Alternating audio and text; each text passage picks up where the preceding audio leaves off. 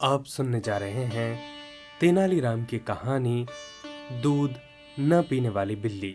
एक बार महाराज कृष्णदेव राय ने सुना कि उनके नगर में चूहों ने आतंक फैला रखा है। चूहों से छुटकारा पाने के लिए महाराज ने 1000 बिल्लियां पालने का निर्णय ले लिया। महाराज का आदेश होते ही 1000 बिल्लियां मंगवाई गई।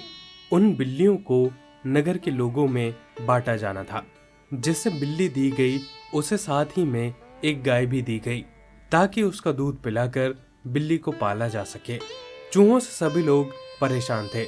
अतः जब बिल्लियां बंट रही थी, लोगों की लंबी लंबी कतारें लग गई थी।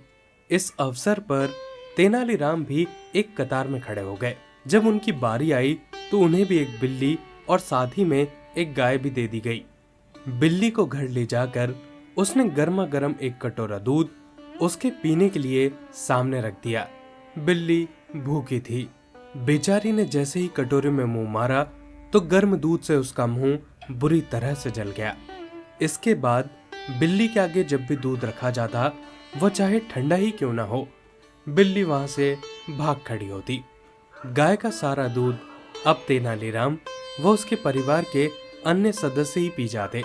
बेचारी बिल्ली कुछ ही दिनों में इतनी कमजोर हो गई कि उसे चूहे पकड़ने की ताकत ही ना रही। 3 महीने बाद महाराज ने बिल्लियों की जांच करवाई।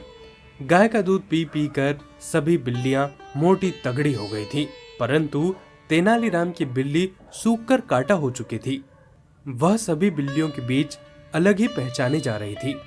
महाराज ने जब तेनालीराम की बिल्ली की हालत देखी तब वे क्रोधित हो उठे।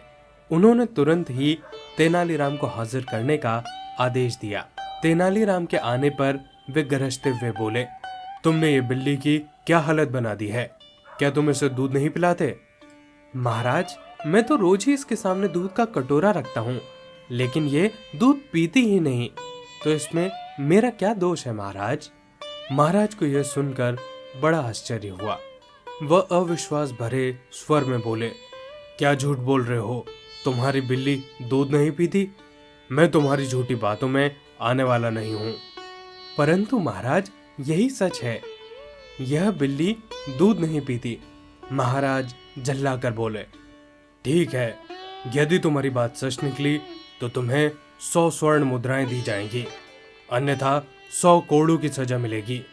मुझे मंजूर है महाराज, तेनालीराम ने बड़े ही शांत स्वभाव से बोला। तुरंत ही महाराज ने सेवक को एक दूध से भरा हुआ कटोरा लाने का आदेश दिया। सेवक जल्दी दूध से भरा हुआ कटोरा लेकर वहां पर आ गया। अब महाराज ने तेनालीराम की बिल्ली को अपने हाथों में उठाया और उसका सिर सहलाते हुए दूध के कटोरे के पास छोड़ते हुए उन्होंने कहा, बिल्ली रानी, दूध पियो। बिल्ली ने जैसे ही कटोरे में रखा दूध देखा, वह म्याऊं म्याऊं करती हुई वहां से भाग निकली। महाराज को अब इस बात पर विश्वास हो गया था कि तेनालीराम की बिल्ली दूध नहीं पीती। तब तेनालीराम बोले, लाइए महाराज, मुझे मेरी 100 स्वर्ण मुद्राएं दे दीजिए। वह सब तो ठीक है, लेकिन मैं एक बार उस बिल्ली को ध्यान से देखना चाहता हूँ। यह कहकर महाराज ने एक कोने में छिप गए। बिल्ली को पकड़कर लाने का आदेश दे दिया गया। बिल्ली को अच्छी तरह से देखने के बाद महाराज ने यह पाया कि बिल्ली के मुंह में जले हुए का निशान था। वह उसी क्षण समझ गए कि बिल्ली के मुंह को जलाया गया है, नहीं तो बिल्ली दूध पीने से कभी नहीं कतराती है। वह तेनालीराम की तरफ देखते हुए बोले, अरे निर्दयी, तुमने इस बिल्ली को जानबूझकर गर्म दूध पिलाया ताकि वह दूध पी ही ना सके। ऐसा करते हुए तुम्हें शर्म नहीं आई? तेनालीराम ने उत्तर दिया, महाराज, यह देखना तो एक राजा का कर्तव्य है कि उसके राज्य में बिल्ली से पहले मनुष्य के बच्चों को दूध मिलना चाहिए।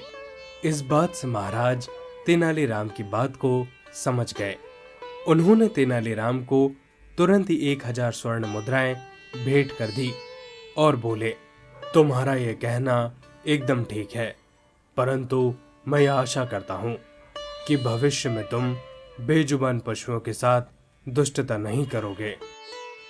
दोस्तों, ये थी पूरी कहानी। आप सुन रहे थे तेनालीराम की कहानी दूध न पीने वाली बिल्ली।